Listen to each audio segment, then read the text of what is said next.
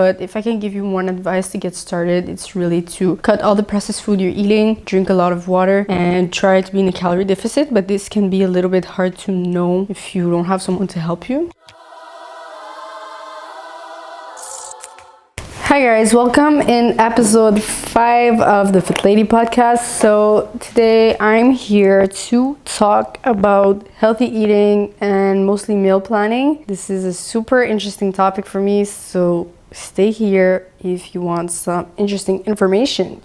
So first of all, let's talk a little bit about the importance of nutrition. Of course, nutrition plays a tremendously important role in your health, in your fitness goal. Whatever it is, you need to eat healthy and you need to eat good foods if you want to give your body the right nutrients to reach your goals.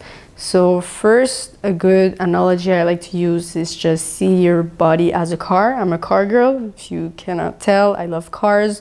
So see your body as a car. If you don't give your car the right fuel, it's not gonna go where you want it to go, right? For your body, it's the same thing. You want it to gain muscle, you want it to lose weight. If you don't give it the right fuel and the good amount of fuel, it's not gonna go where you want it to go, all right? So think about this.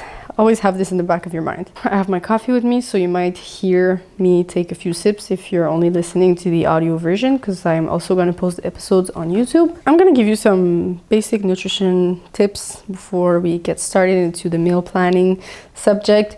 First of all, of course, if you want to lose weight, the only way to do it is to be in a calorie deficit. So what does that mean? You need to consume less calories than what you're spending. So if I can put that in other words, you need to eat less than what you spend. So it depends for everyone. So I'm not going to say how many calories I eat. It really depends for everyone. It's important to ask your personal trainer or a dietitian, whatever you want. But yeah, that's how you do if you want. Sorry, I felt something on my shoulder. That's how you do it if you want to lose weight and if you want to gain muscle.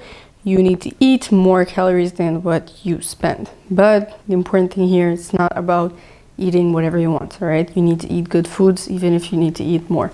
So it's important that you have enough protein so your body can recover, build muscle properly. It's important to have carbs, to have energy, and fats are also important. It's really important. And also keep in your mind that you are what you eat. So if you eat junk food, you're gonna look like junk food. So keep that in mind. Eat good food. Eat foods that are less processed as possible. So foods that are as natural as possible. So meat, vegetables, grains. Keep it as natural as possible. And that's the healthiest way to eat. Let's take a sip of coffee. So it's really important that you guys have all the foods in your plate, all right? So don't skip vegetables, don't skip protein, don't skip carbs. Have plenty of each depending on your goals, but eat your vegetables. If you're trying to lose weight, eating a lot of vegetables is really gonna help you because you can eat a lot of vegetables and it's very low calorie. So a lot of time what I do when I feel like eating a lot, but I don't want to consume too many calories, I just fill my plate with a lot of vegetables and it makes me think that I'm eating a lot. So I like this because it makes me eat a lot. And also I learned recently that chewing food actually helps for anxiety. So it's common that you tend to want to eat when you feel anxious because the fact of chewing, it's like it helps with stress, right? So I try to eat more like gum when I'm stressed and it really helps me for my anxiety. So you should try it. I really recommend it. So another thing another thing that you can do to really be healthy is to drink a lot of water. It's really important that you always have a cup of water with you. Always drink something. Super important, all right? So I want to get into the meal planning stuff now. Meal planning can be super, super beneficial, can really help you to avoid cheating, it saves a lot of time. Maybe it seems like it takes a long time, but it doesn't. It's actually saving you a lot of time.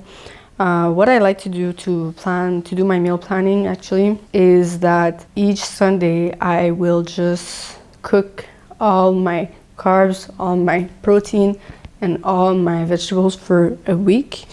So I'm gonna like bulk everything and then I'm gonna just put them in plates. and put it in the fridge. So it's really gonna help me to have everything in the fridge. And I feel for me, it's really helping me to visualize, because when I open my fridge, it's like I see all the food I have to eat for the week. It's like, this is my lunch, this is my dinner for each week's.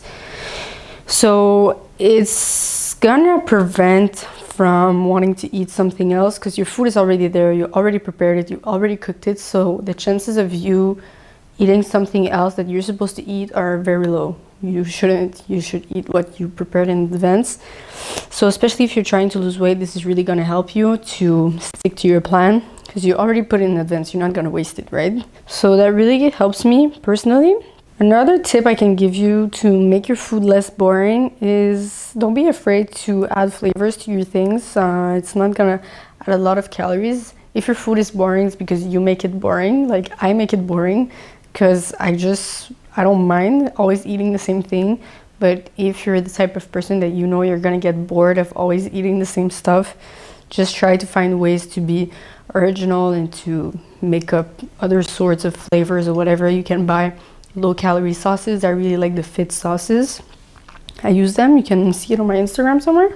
So just make it fun, and it's gonna be fun. Also, having your meal prep done in advance is really gonna help you to stick to your plan, as I said before. But it's also gonna be way more convenient, because you're just gonna bring it wherever you go. It's already ready. If you're at work, you can eat it on the go. Even if it's not like heated up, it's still like cooked in advance, so you can eat it when you're late or when you're in a rush at work or whatever your life is. Your work is there, it's prepared. It's really gonna save time for you. Personally, I cook my rice in a rice cooker. I cook my vegetables and the meat in different pans, so I do like everything at the same time, and usually I'm done in like 1.5 hours maximum, very big maximum. And if also you're struggling a little bit with your eating, like, don't be shy to go seek help, maybe from a dietitian, a personal trainer, or anything that can help you to have a structure, because it's really hard and it can be confusing at first. But if I can give you one advice to get started, it's really to cut all the processed food you're eating, drink a lot of water, and try to be in a calorie deficit. But this can be a little bit hard to know if you don't have someone to help you, because it needs a bit of like calculation stuff. But I can always help you. You can always visit my website for help. Like, you can book a free consultation with me. But yeah, you can still like do it yourself and start just eating healthier by yourself, definitely. So for this episode, I really want you to remember that you need to eat healthy. It's really important. You need to drink a lot of water. It's important to have all sorts of food in your plate. It's really important. Eating a lot of vegetables help. Chewing is something that helps for anxiety, so I personally like to eat gum. Like I said before, it really helps me for my anxiety. And plan your meals in advance for a whole week. So that was my tip for this episode, guys. I hope it was helpful to you, and I'll see you in the next episode.